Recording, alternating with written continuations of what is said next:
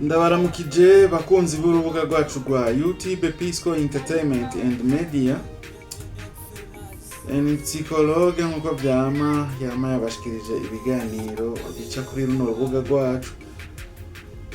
Ni nawe biyatunganiririza kanyuma akabibashikiriza ngira ngo musanzwe mubizi abantu bakurikirana runo rubuga rwacu.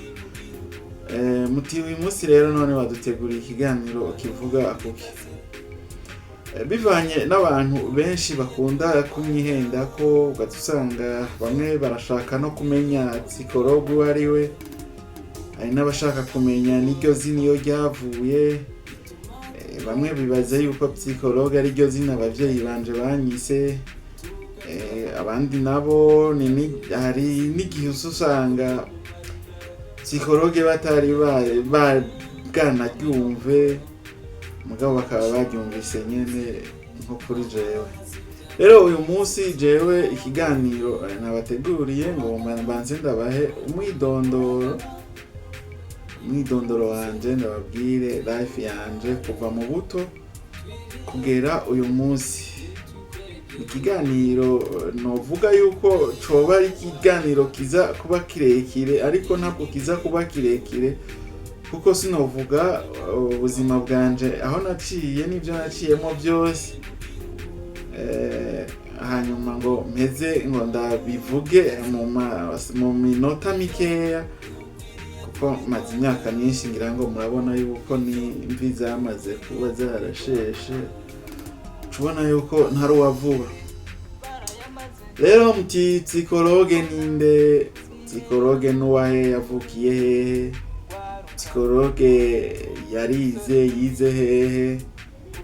Psychologue kugira ngo ashike aho ageze uyu munsi, kugira ngo ashobore kuba afise chaîne nk'iyi kugira ngo azaradushikiriza amakuru y'ivyamamare canke amateka y'ibihugu kanaka, yabitanguye gute, yabitanguye ryari? Reka tumire amateka atoya rero ncenza ndababwire mw'idonido, ndababwire history yanje kuva mu buto kugera uyu munsi, uko nagiye ndabaho, ubuzima nagiye ndacamwo, kugira ngo abashaka kubimenya ababimenye.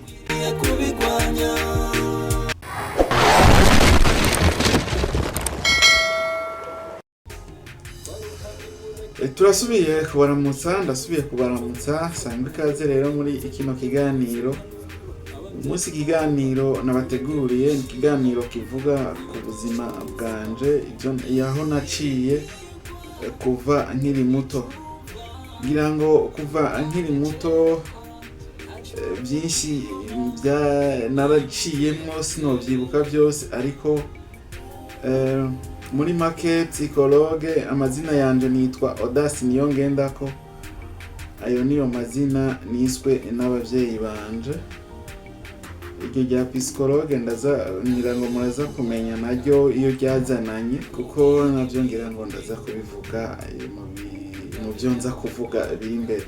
Rero psychologue nitwa Audace Niyongendako, nkaba navukiye ahantu hitwa mu Gashiha ku Rusenyi, Coline de Rusasumani, Ikiremba, zone Muzenga, komine Bururi, intara ya Bururi. Nkaba ndi umuntu wo mu ntara ya Bururi, ngira ngo uyu munsi ndi uwo mu ntara ya Burunga, intara yagutse muri sud du pays, hariya anye amaja mu bumanuko bw'igihugu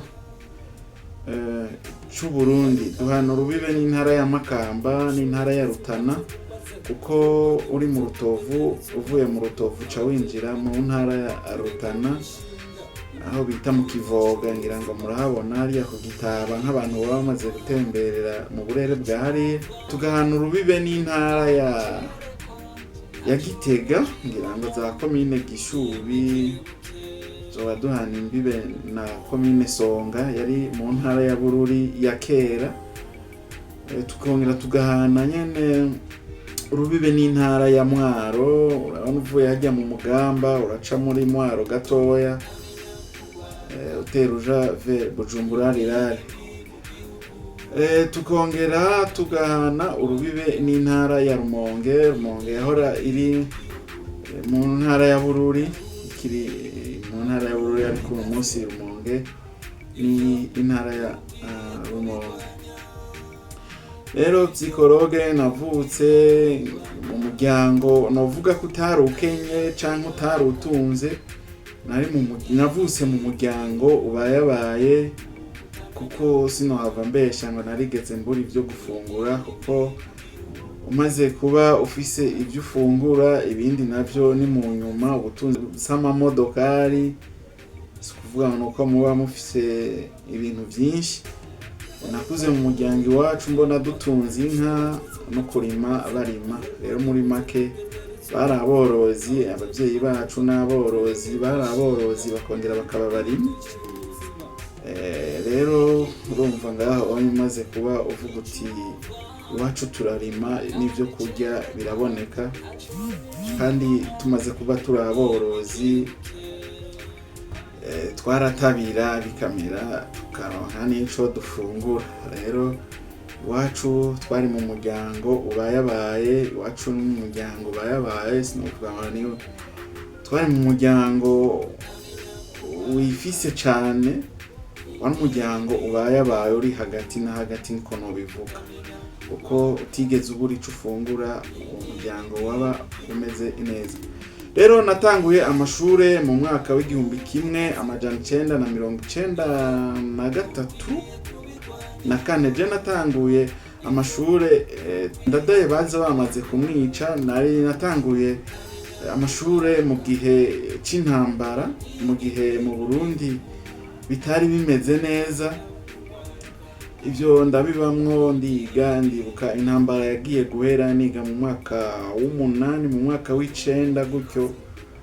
Umva kuva primaire yose nayize turi mu bihe bigoye, igihugu c'u Burundi kitameze neza, turabikuriramwo turabibamwo, ariko niko Imana ngira ngo yari yaravyanditse, kuko twarabiciyemwo rimwe na rimwe.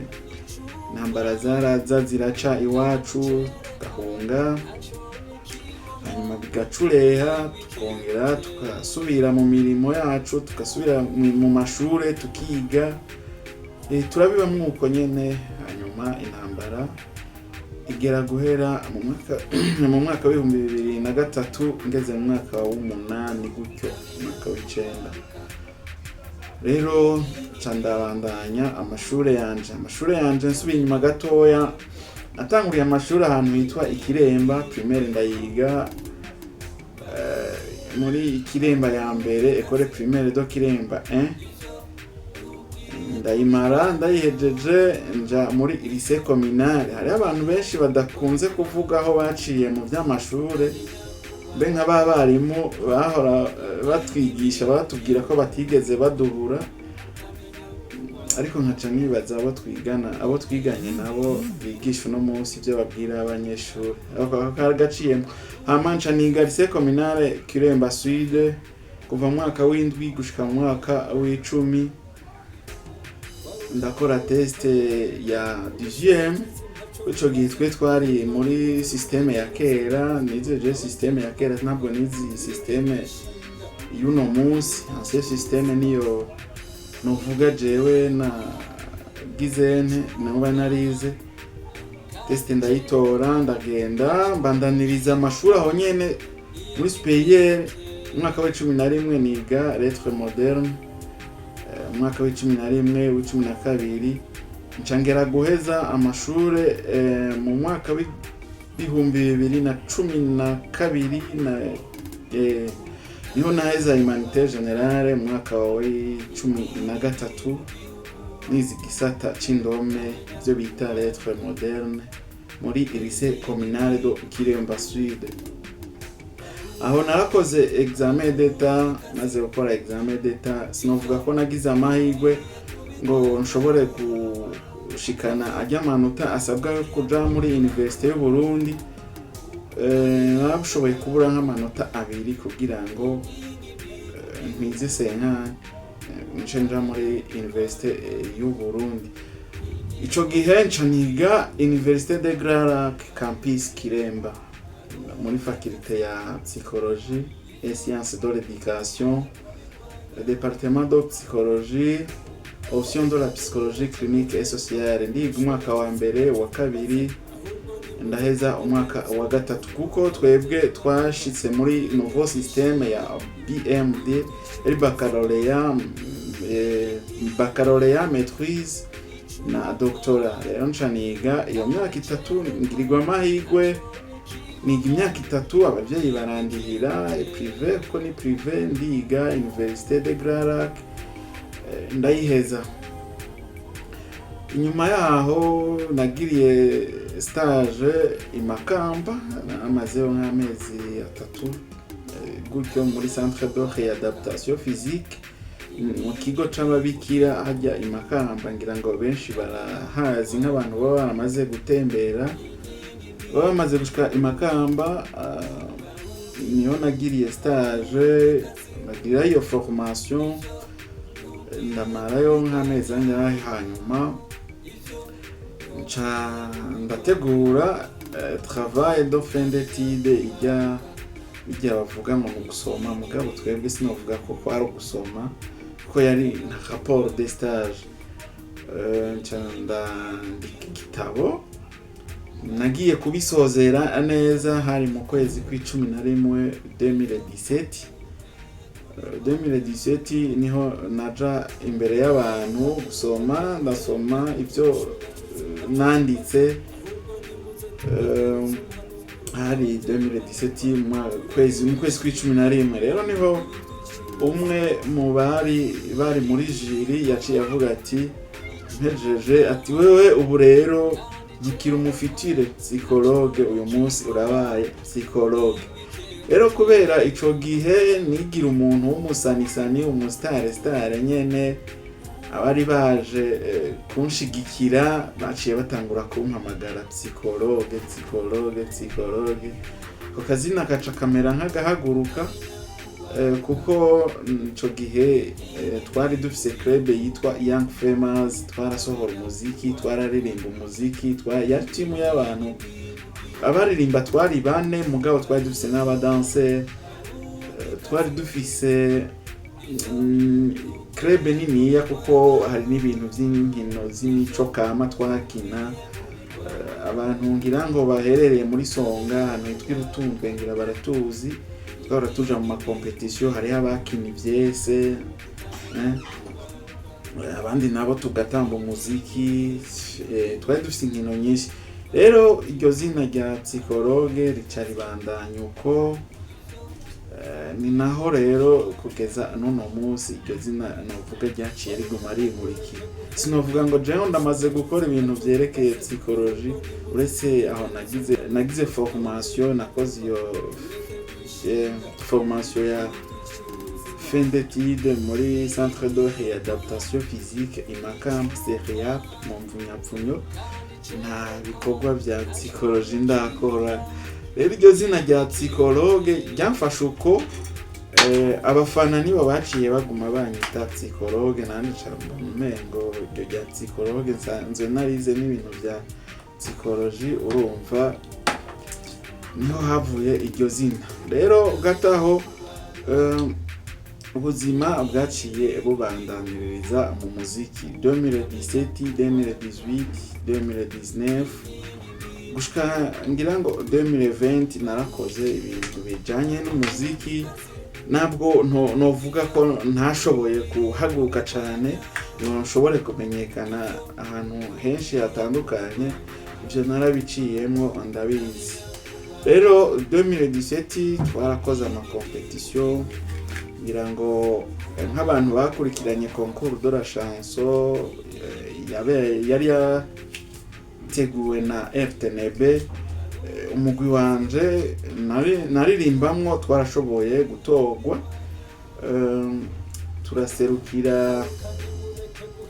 turaserukira intara ya Bururi, twahiganwa abo muri side twarahiganwa ko twari twatowe mu gisata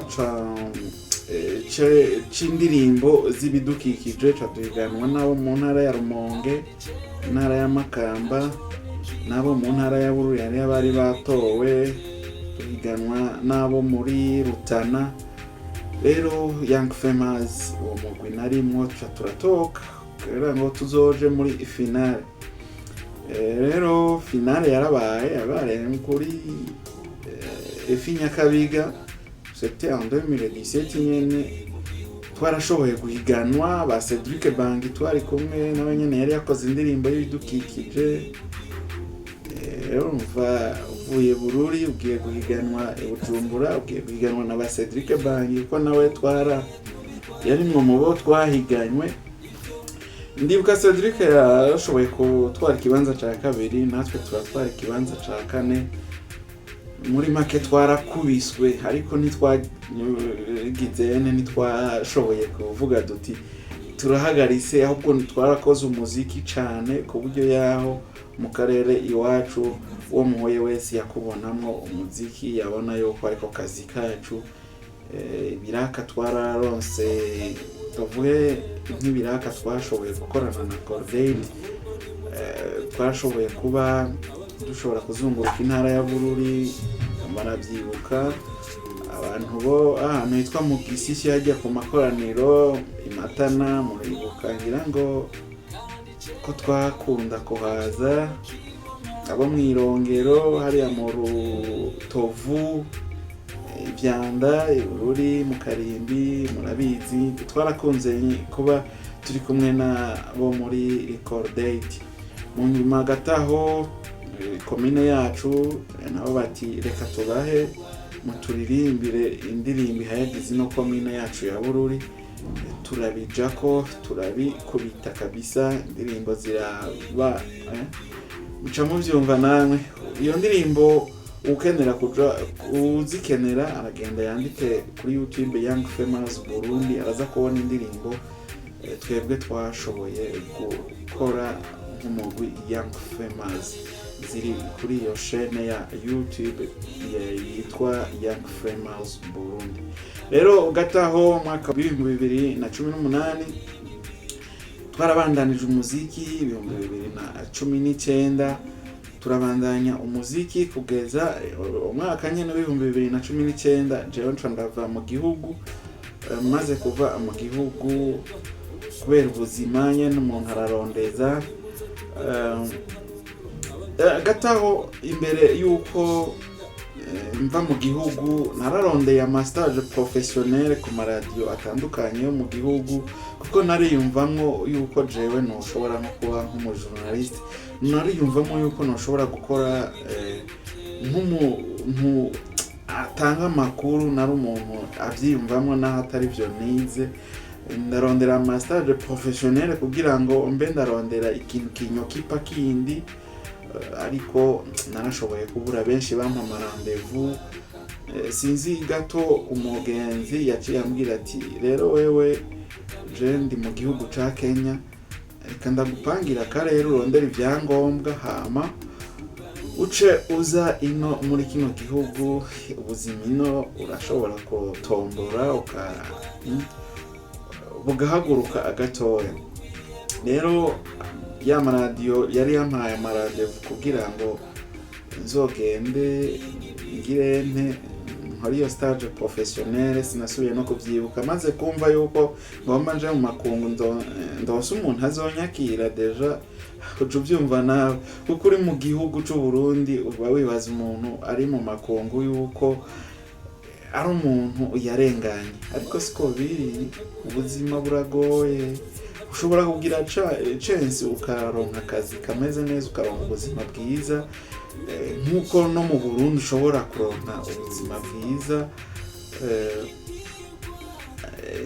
N'ahandi niko bimeze, kuko no mu makungu hariho abantu bahatesekeye kandi ari imvukira zabo.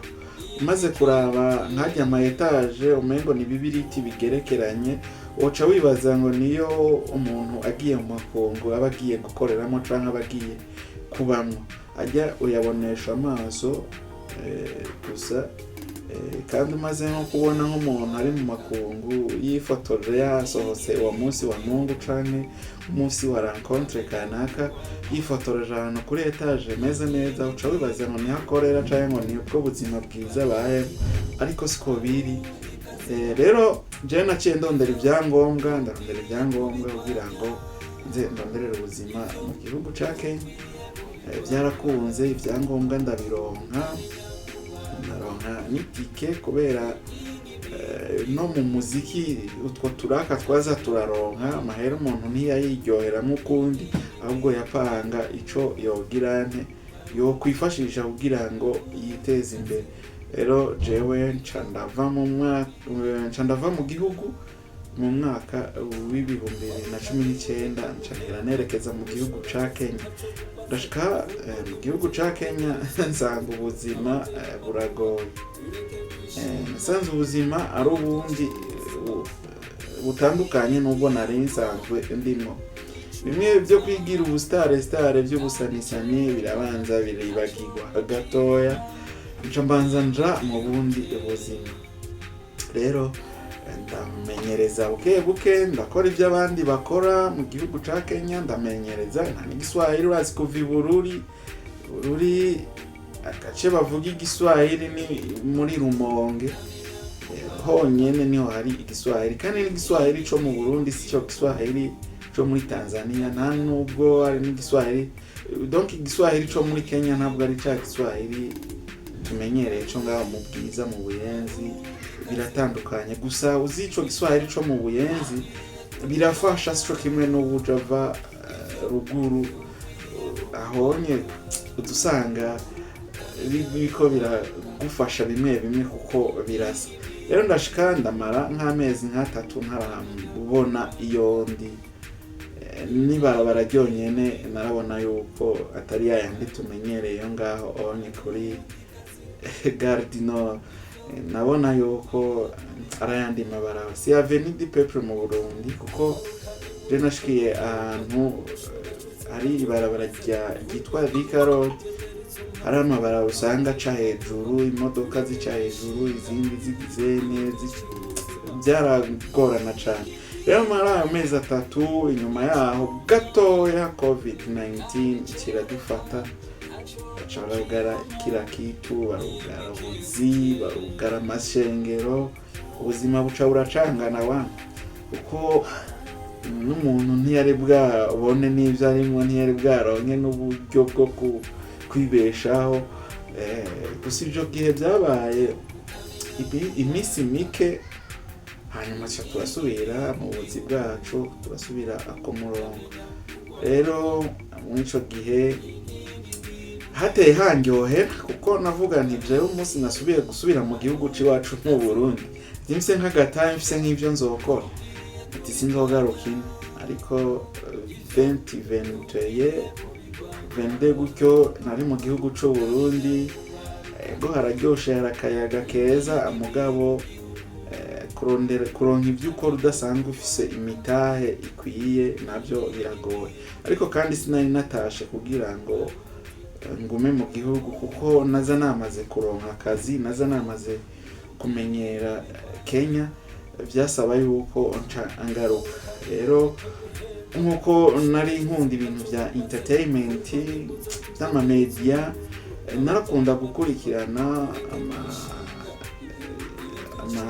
TV online, nkaraba ivy'abarundi bakora, nkaraba ivy'abanyarwanda bakora, nkaca ndaba n'ivy'abakenya bakora, kuko abakenya bobo basanzwe banabitereyemo imbere, benshi barabitereyemo imbere, babikora nk'umwuga.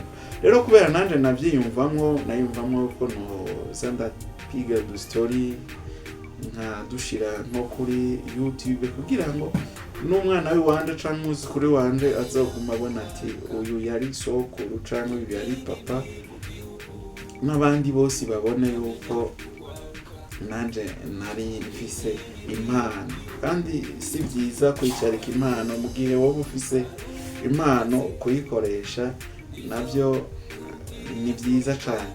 Rero gataho ndabandanya ubuzima bwino mu gihugu ca Kenya, nca nteramenyerana n'abantu baho, bamwe barambwira ukuntu ibi bya social media abikorwa nabwo ata experience yahatari ndabifitiyemo, kuko sindaronka umuntu tubikorana asanzwe abimenyereye, ndonka abambwira ukuntu bimeze gusa sindaronka umuntu amba hafi twamana kugira ngo dukorane banyereke ukuntu ushobora gukorera kuri YouTube neza na neza, ukuntu ushobora gutunganya content yawe bien, n'ukuntu ushobora gukorera kuri TikTok, ukuntu ushobora gukorera kuri page ya Facebook. Ariko ivyo byose genda bifise ndafise page ya Facebook ni Psychologue Kenya, ukazogirane ukazoja kuri Facebook urondere Psychologue Kenya uzoca umbona. Ni page ikiri nshasha ntayirashika, imaze uno musi turi itariki zitanu, imaze iyinga n'imisi ingahe, ariko ndakwije abasubscribe bashika ku 2,600 ntirakwiza 200 mugabo bariko baraduga, bariko barayikurikirana, maze kuronka abasubscribe followers bashika ku 2,600 mu ndwi imwe n'imisi 3. urumva yuko baba bariko barakunda ibikorwa biriko biraca kuri iyo chaîne. Ndafise rero na TikTok ni Psychologue Audace, yonye unashobora kuzorabira nayo, kuko hariyo nari mfise yarifise aba followers bashika ku 10,000, iyonye yarapoteye, narabuze umuntu yo mfasha kugira ngo ndayisubirane, ariko ndafise icizere yuko nzoyisubirana, kuko ngiye kuraba kwirabisha izindi mpuzenya ndayibona ntaho iraja, nta muntu yayivye, gusa yarapoteye, nashizemo ibisabwa kugira ngo ndayisubirane, byarananiye.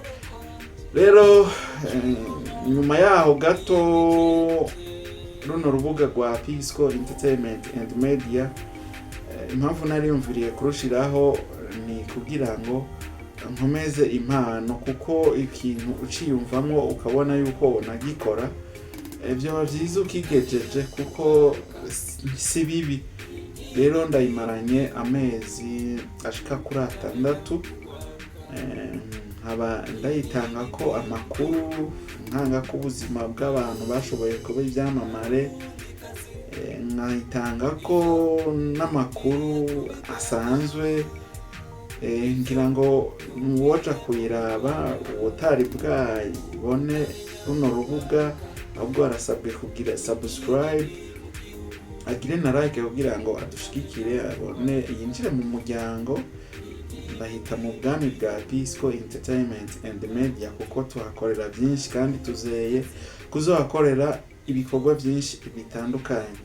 Rero ndayimaranye amezi 6, ariko ntabwo irakura cyane, bisaba subscribe bashika 932 na babiri, numva ntaho irashika, mugabo ndizera nuko abasubscribe basabwa kugira ngo chaîne ishobore kuba monetize, n'abasubscribe 1000 ndibaza 68 mu mwaka nzoba nabakwijeje ko amezi 6 asigaye, nibaza abantu 68 bazoba bamaze kugira bazoba bamaze kwiga. Rero wewe ukaba utari bwagire subscribe, urashobora kubikora kugira ngo dukuze no muryango, dukwize ico 1000 gisabwa c'abasubscribe mu mwaka, hanyuma ibindi bisigaye umuntu azocaza apambana navyo. Rero kandi ndashimira n'abantu mumaze kuba mwaramaze kwintegra, mwaramaze gukurikirana buno bwami bwa Pisco Entertainment and Media. Muraba agaciro, kuko atamwebwe nta jewe, ko turakereraniye, kuko mwebwe mubona ivyo ndabashikiriza yuko ari ivy'ingirakamaro, ndabakorera ingofero, ahubwo muzobandanye munshigikira. Rero byari ivyo muri make nashaka kubaganirira, ngoma nzoze ndakora utuganiro tumwe, ariko cyane ndashaka kuzokora n'ama analyse, nzoze ndanaliza, nzoze vuga comment ku bintu byifashije, muzobe hafi rero kugira ngo muzoze muranshigikira. Ndashaka yuko nohaguruka, urubuga rwanje rwohaguruka kugira ngo nago rugire aho ruzoshika nka zirya zindi mbuga dusanzwe dukurikira. Rero reka ikiganiro canje ndakigarukirize ngaha, naho utaha mu kindi kiganiro ndabafitiye byinshi cyane ndiko ndabategurira kugira ngo uyu muryango waguke. Rero Imana ibahezagire, naho utaha mu kindi kiganiro. Thank you.